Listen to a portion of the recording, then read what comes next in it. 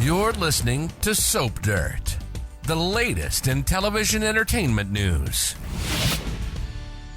Hey, Young and the Restless fans, we have got Victor Newman and all of Genoa City's power players at Cane Ashby's Chateau in France with no connection to the rest of the world. And clearly, there's something very shady afoot. It's Belinda from Soap Dirt, and we're going to talk about how Victor underestimating Cane could really cost him. Is Victor going to wind up framed for murder and trapped in France while chaos unleashes at his companies back in his hometown?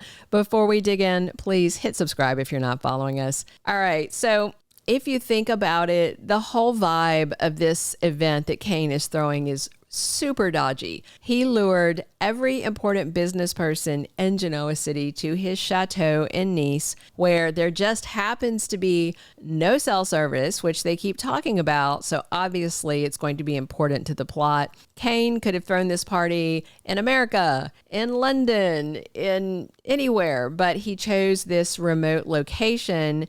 And I feel like it's because he's up to something and needs everybody isolated. So while Victor, Jack, Billy, and the others are in France, out of touch with home, what is going on in Genoa City? Well, could be dastardly things, company takeover kind of things. Plus, we know from Joshua Morrow that there is a murder mystery coming, so someone ends up dead, or we at least think they're dead. So with everybody in Cane's clutches, we've been thinking about some fun and devious things that could go down at this party and behind everybody's back in town. So is Cane going to torment Victor and some of his other guests? The first thing we got to talk about, obviously, Victor and Chancellor Industries, because Cane made this offer to Victor to trade him Dumas' assets for controlling interest in Chancellor Industries, and those assets are worth a lot more than that company, but Victor wouldn't even consider it, and Nikki tells Victor she doesn't want to give up the company, she doesn't think Kay would want it, and Nick agrees. So the Newmans aren't budging.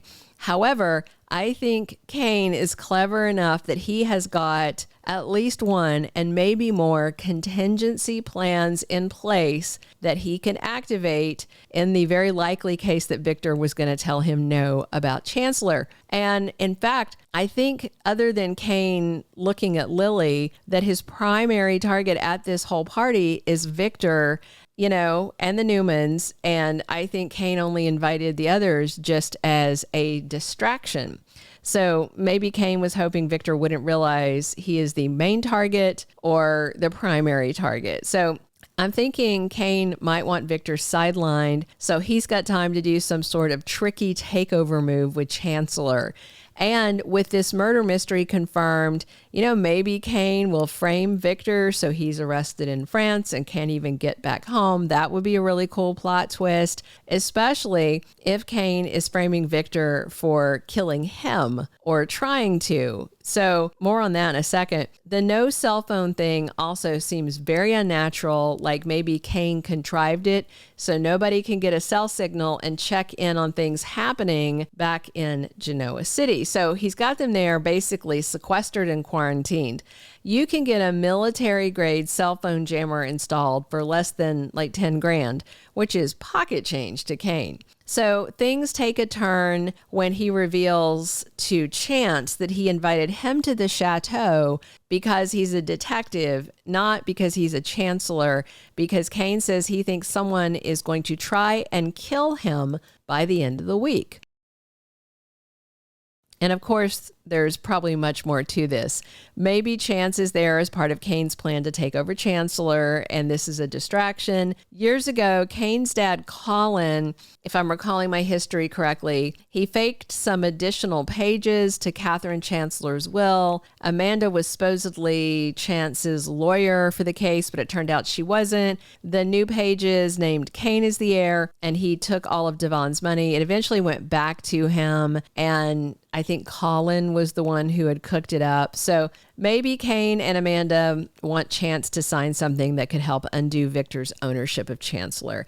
And I'm also wondering, even though Cane said that someone's trying to kill him, maybe while Chance is looking into this, he winds up as the murder mystery victim because Connor Floyd is already at work over at Days of Our Lives. If you watch that soap or have in the past, he is taking Billy Flynn's place as Chad DiMera. And of course, Billy Flynn is playing Cane. So it's kind of interesting. There's a little soap flip-flop going on. Connor Floyd has already started filming over at Days.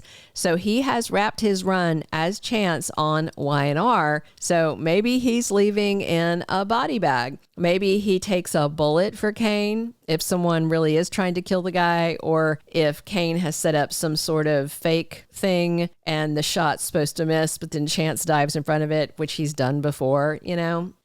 So Chance may die a hero saving Cane, or maybe Chance is poisoned, but it was meant for someone else. No matter who dies or is the victim of murder or attempted murder, Victor could be accused of the crime.